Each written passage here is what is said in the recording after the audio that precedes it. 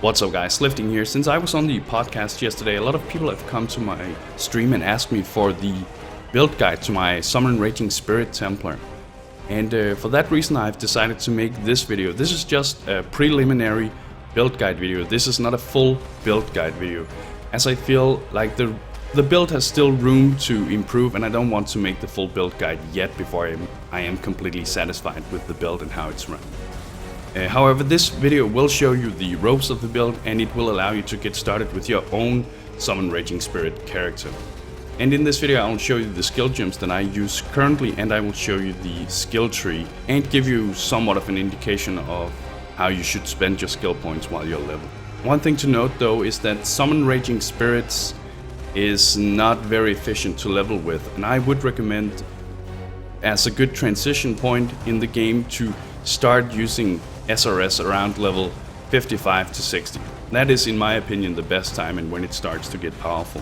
Before that, I would suggest you level up with the Flame Blast, Elemental Proliferation, Chance to Ignite, and Fire Penetration. But for now, let me show you the skill gem setup that I'm currently using. Alright guys, so let me show you the skill gems that I use for this build so far. And keep in mind, this is just a preliminary build guide, so I will change these over time, and in the full build guide you will be giving the final result. But for now, let's start with the Summon Raging Spirits here. I have it in this 2+ socketed minion gems, and that's because level scales damage of Summon Raging Spirits incredibly well. You will want to optimally, when you get later on, to get a 3+ staff, but I don't have that yet. But for now, this is very powerful, and as you can see, this is only a 4-linked helmet, of course. So I'm using Summon Raging Spirits in here, linked with Spell Echo, Melee Splash, and Multi-Strike. For my auras, I'm currently running Reduced Mana, Clarity, and Haste. Clarity I use to make sure I have enough mana regen to be able to run my Arctic Armor. And before I switched over to Haste, I was using Discipline, so I would be converting more Energy Shield into mana, which helped increase my mana regeneration rate. You may have to do that before you start using Haste. But when you get a certain amount of Energy Shield from your gear and that kind of stuff, you'll be able to switch that out. I'm also using Cast when Damage Taken at level 10, linked with Enduring Cry level 11, Immortal Call level 10, and Increased Duration level 18 at the moment. But you want to level this to level 20. And this skill gem setup is pretty important. It really saves you from that, or those really high physical damage hits. I'm also using Flesh Offering, linked with Decoy Totem and Faster Casting. Faster Casting is just like a quality of life improvement for both Decoy Totem and Flesh Offering. You don't have to use it, but Flesh Offering is very important. It increases your DPS significantly. When you use it, increases the movement speed, attack speed, and cast speed of your Summon Raging Skulls or Spirits. They obviously don't have cast speed, but they do have attack speed and movement speed.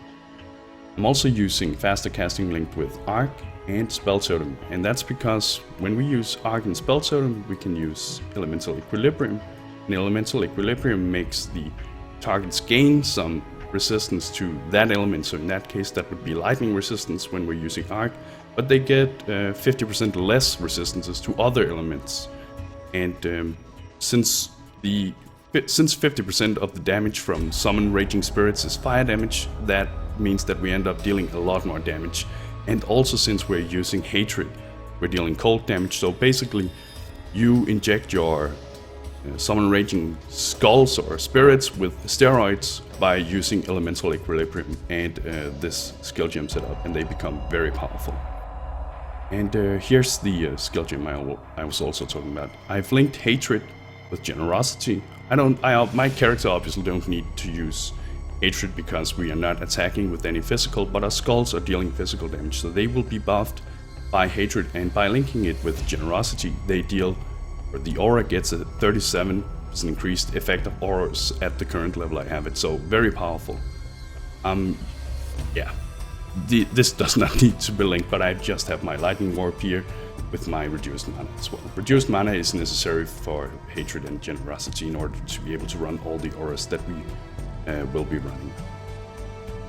I have my Arctic Armor, as I showed you, and I have Purity of Elements. Purity of Elements is just something that I have for those Sana missions where I have elemental weakness on me, and then I'll be able to run Creative Elements instead of haste, for instance, so I can complete those missions. And I have a few gems over here that I'm leveling up. As you can see, I have the Summon Raging Spirit at quality 17. I'm gonna level that up and use that. It gives the minions movement speed, which is really powerful. Minor Totem Elemental Resistance is, I don't know why I actually have that. Merely physical damage, that's for my 5-link staff when I eventually get that. I have Shock Nova. Also don't know why I have that, but anyway, nice. I have Vulnerability because I used to curse, but I don't really do that anymore. It's not really necessary. We deal so much damage and we're casting Flesh Offering, Lightning, Totem and that kind of stuff. So it can turn out to be a lot of things if you need to cast all 3 things, and it really isn't necessary. Desecrate I'm leveling as well. I want to be able to use a Desecrate for boss fights, so I can use Flesh Offering at the beginning of a boss fight. And that's about it for the skill gems, guys. Just keep in mind that you will probably have to level up Discipline while you're leveling to gain enough mana regeneration rate in order to sustain your Arctic armor. Alright guys, so let's talk about the skill tree. In here, I'm gonna show you how I suggest you level up your character step by step. I'm not gonna go into too many details, but we're gonna talk about the different leveling builds that I've put together here, and I'm gonna give you an indication. So first of all, we're starting as a Templar. As you can see, you can start as a Witch if you prefer as well. You just have to go in this direction as well. But for the Templar, we're starting by going in this direction. Don't pick up things such as elemental damage. It doesn't scale the damage of the Raging Spirits, even though they deal fire damage. They are only scaled by, on the skill tree at least, things such as minion damage. But we're picking up Mana and Life, picking up Sanctity, Discipline and Training, and Retribution. Then we're heading down towards this direction where we're going to pick up Constitution for that nice life boost. We're picking up Shaper, heading up here, picking up Quick Recovery along with Mental Rapidity for the increased cast speed and Quick Recovery for the life and mana regeneration. And we're picking up Dexterity, or Agility as the notable is called. And keep in mind, for this build you will need extra Dexterity, guys. You'll have to get that on your rings, your amulet, and preferably crafted on some of your gear in order to be able to level up your haste and vault haste gems. So the next thing we do is to open up our second leveling build here, or a continued leveling build. And the way you want to progress now is to head up in this direction, then go over here, pick up the life notes, head down, pick up Light of Divinity for the increased cast speed, and then go down in this direction for Devotion and the remaining life skill point here, or skill node. After that, we're heading up towards this area where we're going to pick up Cruel Preparation for the life notes here, and then we're heading down towards Lords of the Dead, minion damage, and Elemental Dominion. From this point on, we're going to pick up some minion damage notes, and we're going to start by picking up these really nice minion damage notes here, along with minion attack and cast speed, and Grave Pact. When you've picked up Grave Pact, I would suggest you pick up this node up here. Although minion life, well, it doesn't really add too much to our Raging Skulls, as well, we don't care about how much life they have, but we have to go through this in order to get minion damage and life leech and the minion damage skill node here. Later on in the game, if you go really late into the game, I would suggest picking up Death Attunement as well. But for now, I don't think you should do it. Now let's load up the next, or continued leveling tree. In here, we're going to start moving towards Eldritch Battery as the first thing. That's what I would suggest you do. And when you've picked up Eldritch Battery, you're of course going to use all your energy shield to gain a bigger mana pool so you can run your Arctic armor. And for that, I would also suggest you pick up Deep Thoughts just about after you pick up Eldritch Battery. And then I would suggest that you pick up Deep Wisdom along with Heart and Soul and the remaining mana and life node here. I would suggest you head over here, pick up the Aura nodes, and I would suggest you go in this direction. Later on, we're going to pick up these, but for now, pick up these. After you have done that, I recommend picking up Potency of Will, increased skill effect duration. It makes your Summon Raging Spirits able to remain longer on the battlefield, which greatly increases your damage as well. You can pick these up earlier if you prefer. I would also pick up Exceptional Performance for the same reason, increased skill effect duration.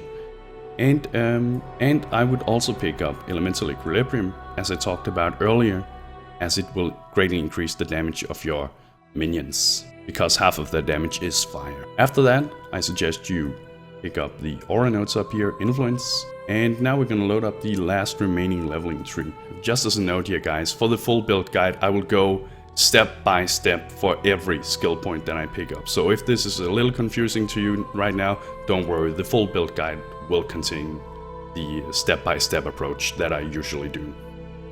But for the last leveling skill tree here, I would suggest you pick up the remaining life points here, so you end up at 163% increased maximum life. That's very nice. You don't have to pick them up as the first points, but you definitely have to pick them up eventually. I would also suggest that you pick up the skill effect or aura effect notes here. Those are really good for your raging spirits. It will increase their damage, their movement speed, and so on. And lastly, I would suggest you pick up Inner Force to boost the effect of your Arctic armor, and where is it? The Flask effect notes. These are really good if you're running a Granite Flask, and you really should, in order to help with incoming physical damage. And that's how I would suggest you level your character. I know this may be a little confusing to some of you guys, but just keep in mind I will post the leveling skill trees, and as I said, I will go over this more thoroughly in the full build guide. But for now, this should help you get going. Oh, and by the way, I forgot to show you this. You're definitely also picking up Righteous Decree for the increased maximum mana and reduced mana cost of skills, and I would suggest you pick these up as soon as you feel like you need more mana, which may actually be when you pick up Eldritch Banner. And one thing to keep in mind guys is that if you want to spend more points, we have a few points left, you should pick up increased cast speed throughout the skill tree. But it's not really necessary. I am able to summon about 35 summon raging spirits right now with Vol Haste up, and that is more than enough. And that's about it for the skill tree guys. I'm not really going to show you what gear I'm using right now. Just keep in mind you want energy shield based gear to increase your mana pool.